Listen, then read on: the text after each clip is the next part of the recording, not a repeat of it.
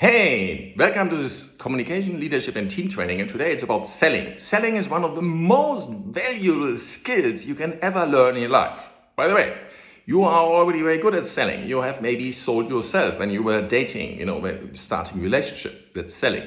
If you even say to yourself and others, I can't sell, that's selling that you can't sell. You were maybe very good at this. And most people don't really like selling. It's one of the most influential skills, and it's highly paid when you learn this. There are people who maybe, I heard yesterday the story, that person retired in the early 40s because he was so good at selling. So what is the person doing? So first of all, the great artist, me, this is like the client.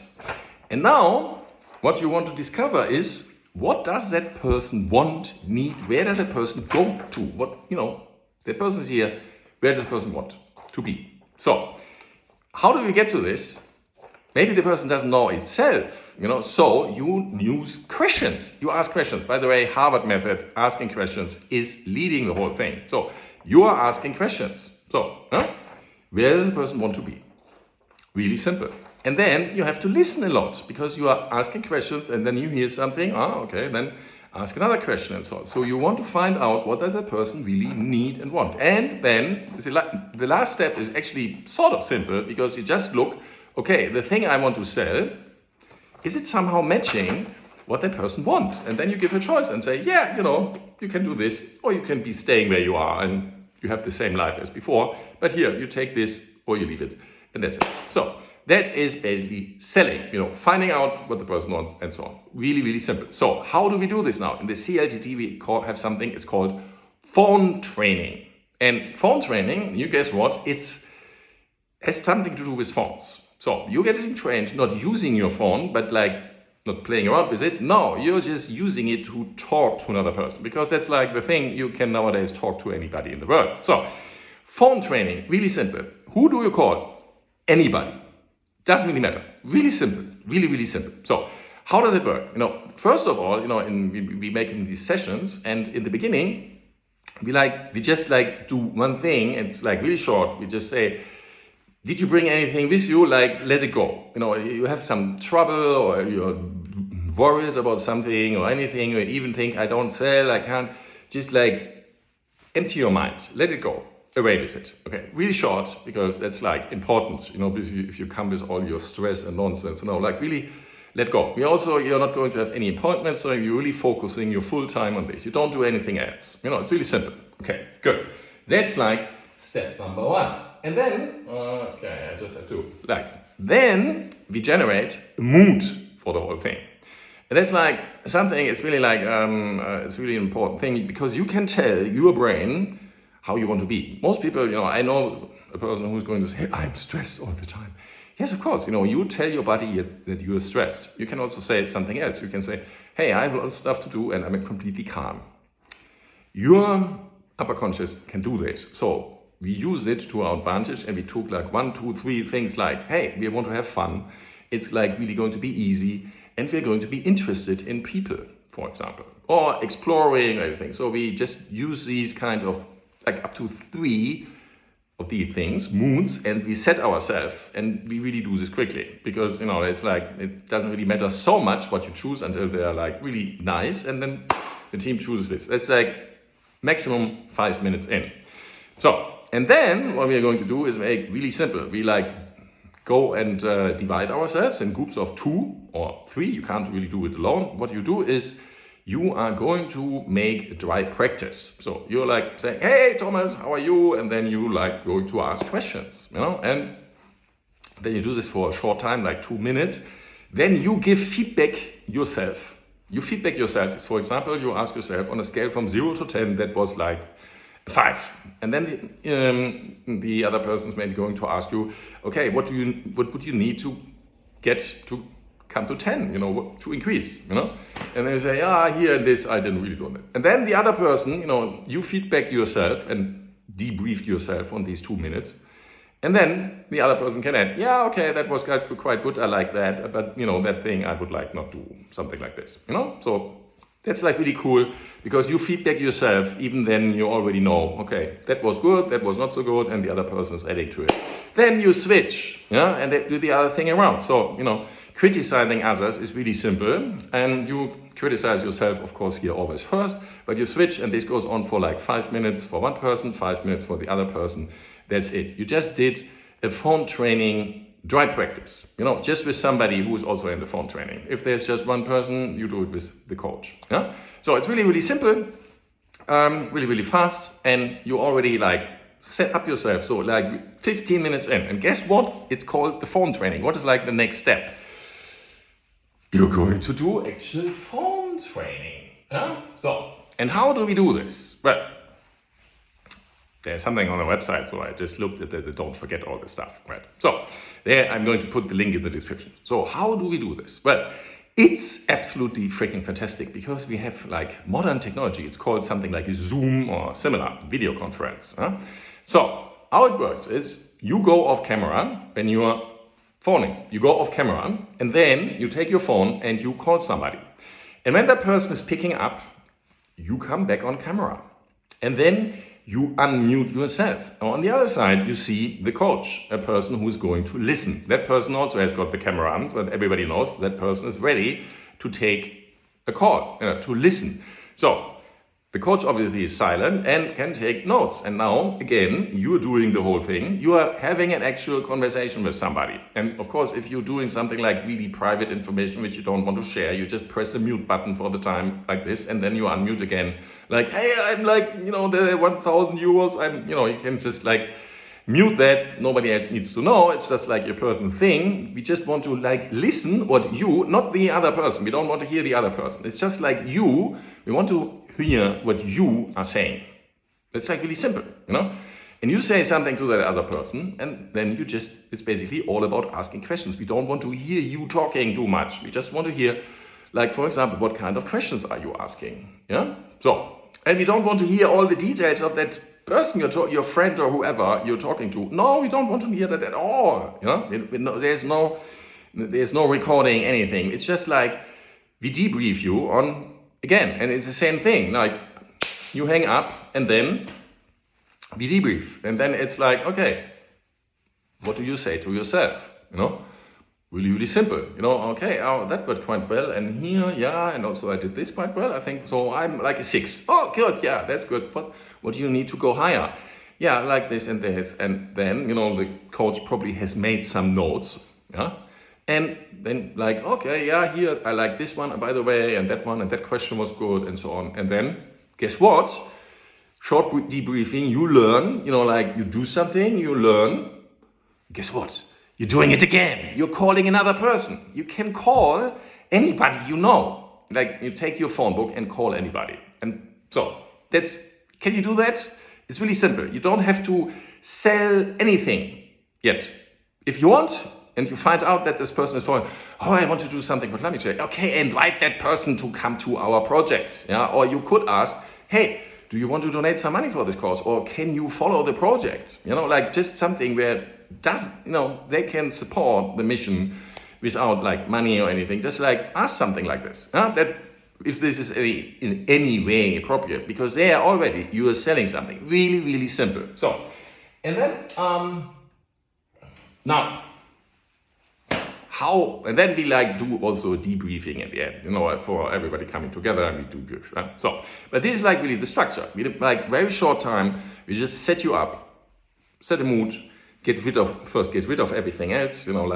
All the stuff you bring with you. Just be here and clear that you're doing this. Get rid of this. Let go.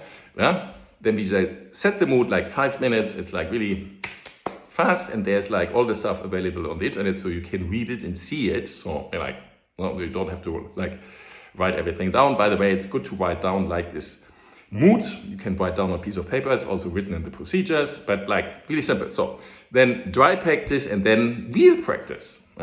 So, and of course you can go on with this for hours. We assume that maybe an hour or so, that's most where you actually need the coach, because you do this, you train this, and then you can just do more on your own until you get more trained, because you don't need to listen all the time. Nobody needs to listen all the time to you, But it's like you see that you have a very rapid improvement cycle. So now, how do we actually do this? Well, first of all, there's something called the Harvard method. And there is something, it's called, when you ask questions, you are leading a conversation. You are leading like a negotiation. It's a negotiation kind of thing.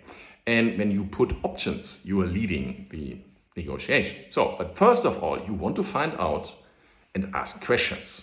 So, and there's basically like 3 types of questions what you can ask. Yeah. So you can ask a yes/no question, like, Thomas, hey, how are you? Can we have a conversation? Yeah? Can we talk? And then I can say, hey, right now I can't. And then you say, oh, thank you, and let's make an appointment, for example. When do you have time? And then you set up a date. Yeah? As simple as that. You just ask a yes/no question to get intentions. Yeah? Or if you call somebody you don't know, you ask a question, hey, are you Thomas? You know? And they can say yes, because then, first of all, people like to hear their name, and oh, that's like, he knows you. Yeah? So, stuff like this, yes/no questions. Then there are questions which are like why, where, and these kind of things. They are usually about numbers, maybe, So there are questions which are open. Yes, no is a closed question, but an open question, but it's around like today, right now, or the past. Like if you ask, how are you? You're bringing the person to right now and ask how they are. And then there's like, they are telling you all kinds of stuff. Or how was your day? And then you hear like all kinds of, So that doesn't really make a lot of impression. It's maybe something small talk, what people do a lot, and it's talking about something. So sometimes we use these kind of questions, but be aware, be aware that you don't want to bring a person back to the past or to the present in these questions, which is now going to come. Because the third type of question is an imaginative question. Yeah, you switch on the creativity of the person. Yeah, something you switch on the creativity. You go away from the present and the past. You don't want to go there. You ask a question which is imaginative, creative, and you're switching something on, and you don't want to switch off the other stuff. So, how do we do this? Yeah, so a good question is, for example, and there's like tons of stuff here. So usually when you ask people, they come up in the present with, their obstacles are time and money. So if you say, hey, let's go out and have really some huge fun, people will say, I don't have the money, I don't have the time, blah, blah, blah, all kinds of obstacles. So you don't want to deal with the obstacles. That's not really working. So we want to get the obstacles out of the way. And we make this with an imaginative question. And that question can be something like this. Imagine, Thomas, if you have time and money, so that's not an issue. You have enough time and money. What are you going to do? And then, shut up. Don't talk. That could be 1 minute long, then the person's not saying anything. There's like stuff going on here, And that person is coming up with something, yeah? And then it might pop up here, I want to do something for climate change. I want to take care that this world I leave behind for my daughter to be great. That's like, oh, that's great. So you already have something where the person is having like a mission or something, where the person wants to go to. Huh?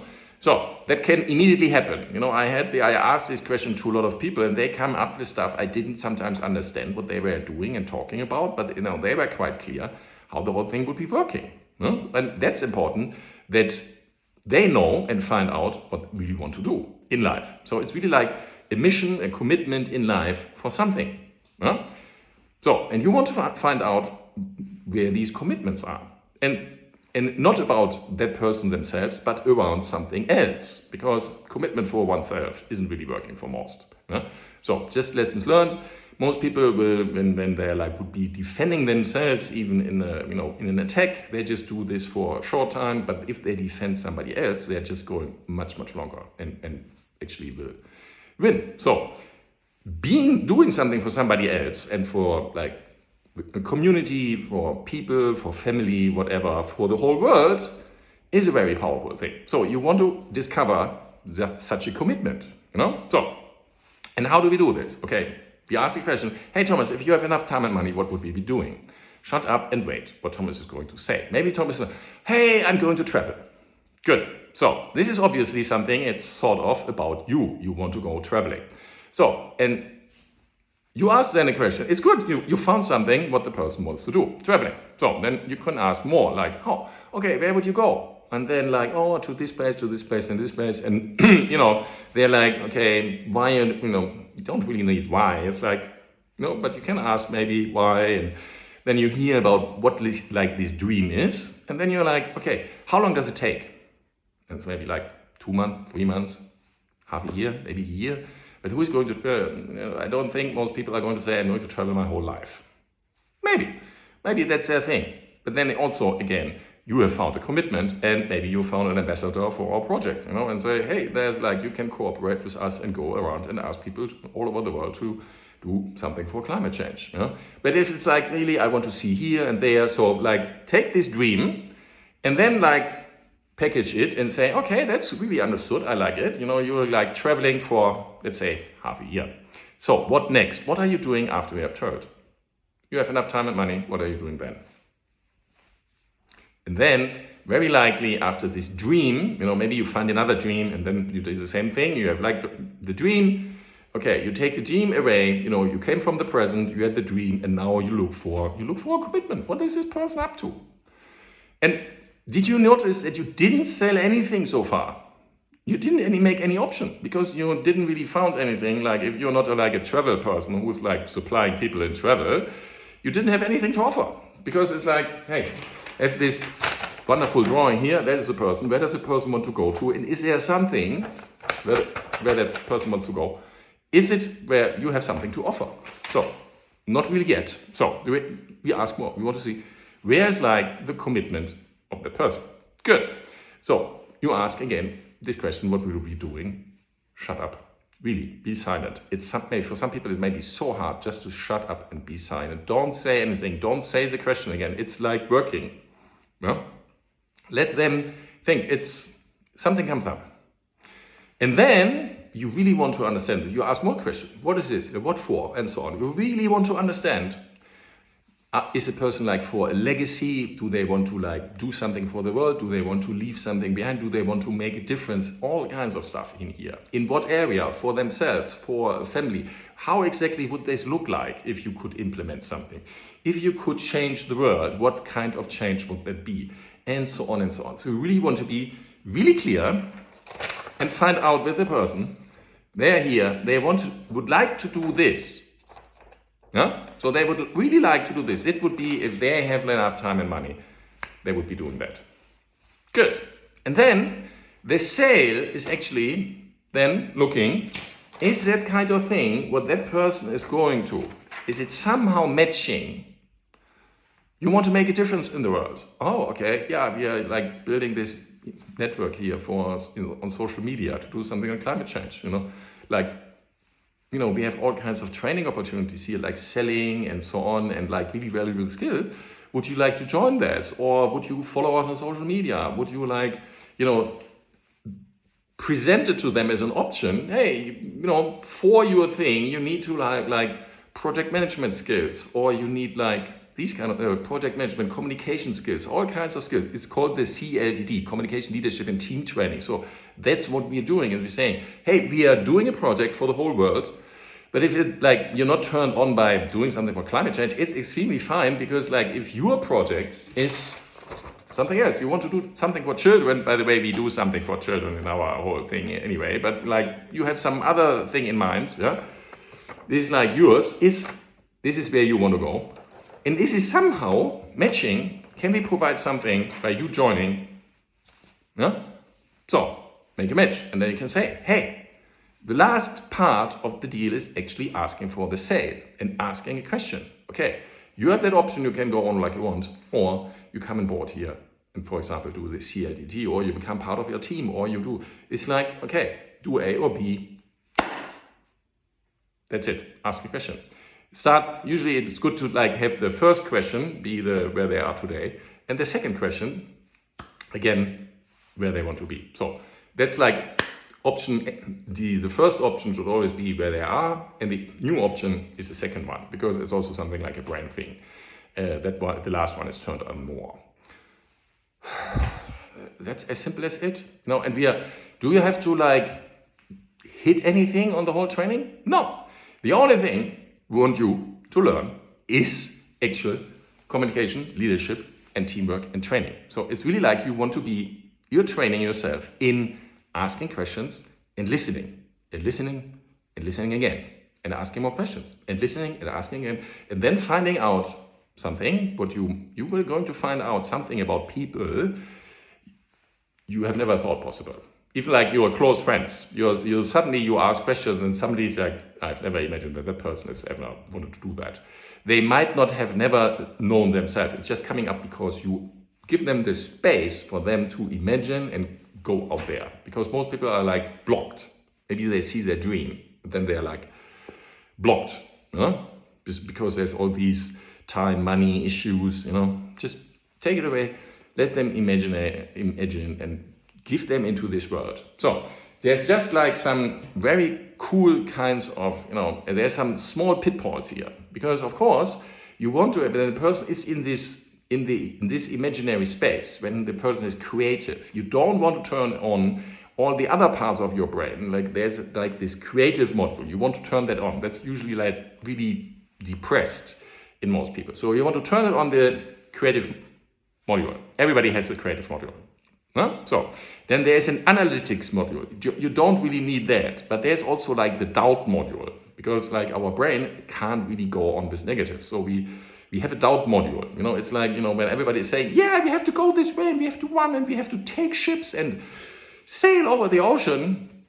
There's for some people, it's this doubt module saying, is this a good idea? No, is this a good idea? Is this a good idea? I don't think it's a good idea, It's when you see on a, in a very, very large space, there's thousands of people and suddenly everybody's running in one direction. You should be thinking, is this a good idea? If everybody's running in this direction, I maybe go to the emergency exit on the other side.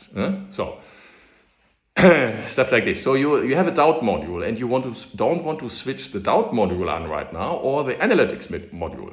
They can be helpful later on, but when you are in this creative process of and finding out what the person really wants and you don't want to turn them on. And how do you turn them on? If you ask the wrong question. So if you ask a question what would you be doing, and having, where would you be going? These are all questions. You are further stoking the imagination. How long would you be going? What would you like? What are you going to do there? Why are you even doing this? What are you going to experience? These are all you are in imagination. The person is in this kind of thought. Very nice, But imagine that in this process you ask a question when are you going to do it? Suddenly this will switch on the obstacle and analytics module, saying, to do that we have all these obstacles, so if you overcome them, and the doubt module says never will ever work. So you had them imagining and you bring them out. No. So there are questions, and that question could even be working sometimes, but there are questions if you ask something for reality, how did you already go to this place? You already bring them to the past and present and what they all experience. So you don't want to do that. So no, you are in a creative process, so don't bring them back with the wrong questions, And you don't want to be talking much. The only time you want to be talking a little bit is that person, you found out what this is, what the person wants, and then briefly you are saying, hey, we have this program. It's reducing CO2 now, and we are also training people, CLTT. Yeah, and there you learn all kinds of stuff: communication, leadership, team training, project management, sales. That's all kinds of skills you are learning in this program, because we have an environment, that project, where you learn this. That's what we offer. Yeah? So really cool stuff. And you're learning this, and then the only thing is you just briefly share what it is. Not you don't have to explain anything. No. Again, that would switch on all the analytic stuff and so on. You don't want to do that. It's just you must be sure. Yeah. So that's one important thing. If you know that person wants to be here, you must be knowing that kind of thing is really inside of what your thing offers. Yeah, really. Because otherwise it doesn't have really integrity. It's like really bad. If you try to sell somebody something, but you know what we deliver isn't doing that, like, I don't know, we don't have a dating service yet. So if that person wants to date and you just wants to have another person to love, we're not really delivering this. It might happen, I don't know, but we are not having a dating service. So don't do that. But you could say, hey, of course, you want to have another person, so you learn how to sell yourself, how to communicate, how to get, with the fear of rejection, all these kind of things. That's what you're training on. Yeah. So I make you an example, and this is already a long video, and so in the end you get the example. It's really nice. So I heard this on a course, and so the guy was saying like this: there was a salesman, and he was working for BMW, and BMW is always coming, with this fun for driving thing, And then the person comes to the shop, and there's like the salesman, and then the salesman is really good, and he goes to the client and says hello, and then they start talking, and they start talking about cars, and the salesman is asking, and the person says, yeah, I've visited the Lexus, they have these things, and you have a car, but your car is like more expensive. And yeah, and then the salesman says, it's really like this. We have really nice cars, they're really nicely built. Lexus sort of as well. And it really depends on what you really want. Our cars are made for fun, for driving. So what do you really want? Do you want to have like a luxury kind of car which is giving you comfortable from A to B? You have something which is bringing you comfortable from A to B. If you want that, it's a good idea to choose a Lexus, because these cars are delivering that, and they're less expensive than ours. Our cars are a little bit more expensive, and we put a lot of style inside that we deliver fun of driving. So, and then the client is actually like, he's offering, you can take the Lexus, that other option, or you can take that thing. It's, the person wanted to have a car. So you can have our car, or you can have the other car, the Lexus. Lexus, BMW, you can choose. So then the person, the client, went out and first of all said, thank you very much. It was absolutely fantastic talking to you. Went out, bought the Lexus. Okay, but he took like the card of the salesman. And then he went to his friends and said, guys, I have met the most astonishing salesman ever, a car salesman, imagine that. And that guy was so great. And he just phoned up somebody where he knows that person would love fun for driving. So he phoned up one of the friends, told him this, and told everybody he had this amazing salesman. And then, sent over that person who immediately bought a BMW, because he was like a person who liked fun of driving. And like after like 2 years or 3 years or something goes the story, that client also came back to BMW and said, okay, I sell the Lexus. I also want to have the fun of driving thing now. Isn't that great? Why? Because you found out what your client really wants. And in this case, you could have delivered. He wanted to have luxury, and also, in this sense, he had another option, which was like, in the sense, better, because it was less expensive, also going for the thing that you are offering, a BMW. But you made something with him. You gave him the experience of what you really need, you consulted him, the person, finding out what the person wants, consulted him, and in the end, he didn't do a sale. But guess what? Instead of he could have also used manipulation and all kinds of techniques, like what a lot of salespeople maybe do, to pressure this guy in buying the BMW right now. But that would have resulted in a very unhappy client. If we are doing like manipulation and pressure and all kinds of sales tricks to get people into something, it might be even to their real benefit. But if you do though, you end up with an unhappy client. Yeah? And in this case, that person ended up with more than one client and a very good reputation. And I don't know how many people were coming to him just because he was like making very, very good approach. He talked to one client, and then another person comes in and says, I want to talk to that guy, where is he? I want to talk to you, and I want to buy a car from you. Imagine that. People are going to come to you. Why? You deliver a service to them. You let them find out what they want, what they need, what options are. Give them a choice. Very, very thing. And that's like really the last one. My whole life, I was doing what I wanted. Why? Because my father once he gave me a choice. He was doing something like this. He was saying, Thomas, you have two choices in life. A, you study the stuff I was doing. Yeah? And he was really good at that thing. So you study what I was doing. You take over my business. You get all the clients. You will have a life in luxury, respected. You have everything. Or B, you do what you really want. And that was like maybe when I was 16 or 17. You know, I still get the shivers when I think of this. It was like one thing which changed my life forever. Thank you, my father. And I just did what I wanted the rest of my life. Why? Because my father said, you can do A, you can do B, choose. And he knew that his life was built on this.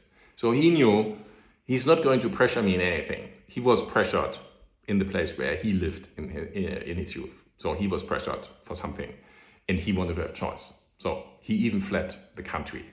Yeah. So that is how powerful this is. If you give some people choice, a lot of times people in their life don't get choices. Give them to them. They will love it. Thank you very much for watching. Please follow the channel.